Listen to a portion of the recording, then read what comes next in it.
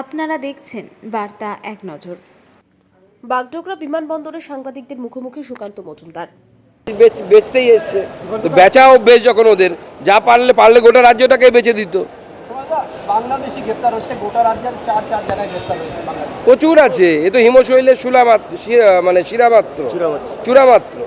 হিমশৈলের বাকিটা দেখতেই পাচ্ছেন না আপনারা।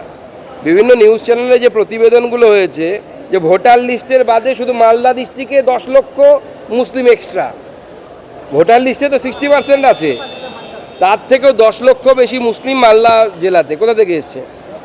মমতা বন্দ্যোপাধ্যায়ের পকেট থেকে বেরিয়েছে নাকি? জাল আধার তো স্পেশালিস্ট পশ্চিমবঙ্গ, তৃণমূলের নেতারা স্পেশালিস্ট। আপনি দক্ষিণ 24 পরগনার ভিডিও দেখেছেন, সেখানে ডাইরেক্ট বলছে তৃণমূল নেতাদের 10,000 টাকা দিয়ে আধার বানিয়েছি।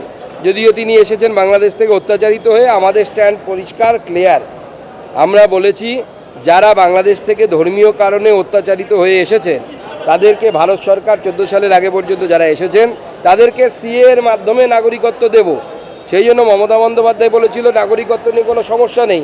এখন সেই মমতা বন্দ্যোপাধ্যায়ের পুলিশ, সেই মমতা বন্দ্যোপাধ্যায়ের অ্যাডমিনিস্ট্রেশন বাংলাদেশ থেকে আসা হিন্দুদেরকে লেটার ধরাচ্ছে, বলছে যে আপনি ভারতীয় প্রমাণ করুন। আমি সেই সমস্ত বাংলাদেশ থেকে অত্যাচারিত হয়ে আসা হিন্দুদেরকে অনুরোধ করব, সিএ এর ফর্ম ফিল আপ করুন, অ্যাকনলেজমেন্ট নিন, পুলিশ এলে পুলিশের মুখের উপর সিএ দিয়ে দিন। বাংলা এখন তৃণমূলে, আপনাদের উত্তরবঙ্গে ধারাবাহিক সাফল্য, মোদির এই সভার পর বাংলা তৃণমূলে, এই জায়গায় দাঁড়িয়ে উত্তরবঙ্গে বিজেপি এই ধারাবাহিক সাফল্য 26-এ থাকবে। দেখুন, বিজেপিটাকে আপনাদেরকে বুঝতে হবে, বিজেপি আদর্শগত দল, নেতাগত দল নয়। বিজেপি সবসময় আদর্শের উপর নির্ভর করে। বিজেপিকে যারা ভোট দেন তারা একটা চেহারা নরেন্দ্র মোদী এবং তার সাথে পদ্মফুলকে দেখে ভোট দেন। কে এলো কে গেল, কিছু আসেন যান, কিছু করার নেই। আমাদের দুঃখ হয়, ছেড়ে চলে গেলে তো মানুষের দুঃখ হবে, কিন্তু it will not affect anything.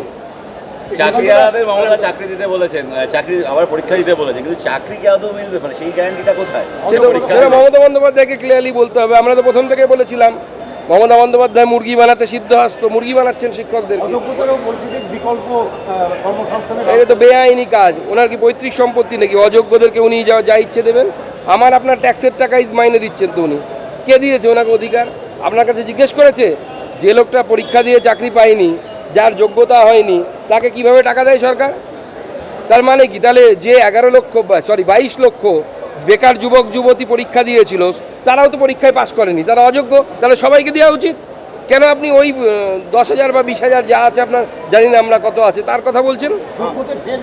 পরীক্ষায় বসতে হবে 7-8 বছর পর, তারা ফের যোগ্যতার সেটার জন্য দায়ী মমতা বন্দ্যোপাধ্যায়। কারণ মমতা भारत में विलय हुए 50 साल पूरे हो रहे हैं, उस उपलक्ष्य में सिक्किम आ रहे हैं। फिर उसके बाद जो है अलीपुर द्वार में एक सरकारी कार्यक्रम भी है और एक बड़ा जनसभा भी है। और कल जो है अलीपुर द्वार और कुछ बिहार को सिटी गैस पाइप डिस्ट्रीब्यूशन की सौगात मिल रही है। और आने वाले समय में नॉर्थ बंगाल के सभी क्षेत्रों में जितने भी ऑयल कंपनियां हैं, गैस की कंपनियां हैं, चाहे वो HPCL हो, BPCL हो, IOCL हो, वो सब काम कर रही है। इस क्षेत्र की जनता के लिए बड़ी सौगात होगी। इतना ही नहीं, नॉर्थ बंगाल आने वाले समय में, और मैं आज आपको ये चीज़ बता रहा हूँ लेकिन जल्द ये आपको प्रमाण दिख जाएगा, नॉर्थ बंगाल जल्दी आने वाले समय में नॉर्थ ईस्ट और ईस्ट इंडिया का जो है ये ग्रोथ का इंजन बनेगा। और मुझे ये बताते हुए खुशी है कि बहुत जल्द नॉर्थ बंगाल को लेकर के बहुत तमाम जो है डेवलपमेंट के और एस्पिरेशन की घोषणाएं होने वाली है। और मुझे ये भी बताते हुए खुशी है कि NHAIDCL का RO ऑफिस जो है दार्जिलिंग सिलीगुड़ी में बनने जा रहे हैं, जिसकी घोषणा अगले 2-3 दिन में हो जाएगी। और आप देख रहे होंगे लगातार जो है रोड हो, रेलवे हो, चाहे टेलीकॉम हो, इंफ्रास्ट्रक्चर और कनेक्टिविटी के ऊपर में खासा जोर भारत सरकार ने दिया है। और यही कनेक्टिविटी कल को हमारे युवाओं को रोजगार देगा। होम स्टे से लेकर के टूरिज़्म आने वाले समय में बढ़ेगा। कुल मिला के आज पश्चिम बंगाल की पर कैपिटा इनकम 2.5 लाख रुपए सालाना है, जिसको मैं ऐसा मानता हूं कि नॉर्थ बंगाल 5 लाख रुपए से ज़्यादा जो है उनका पर कैपिटा इनकम आने वाले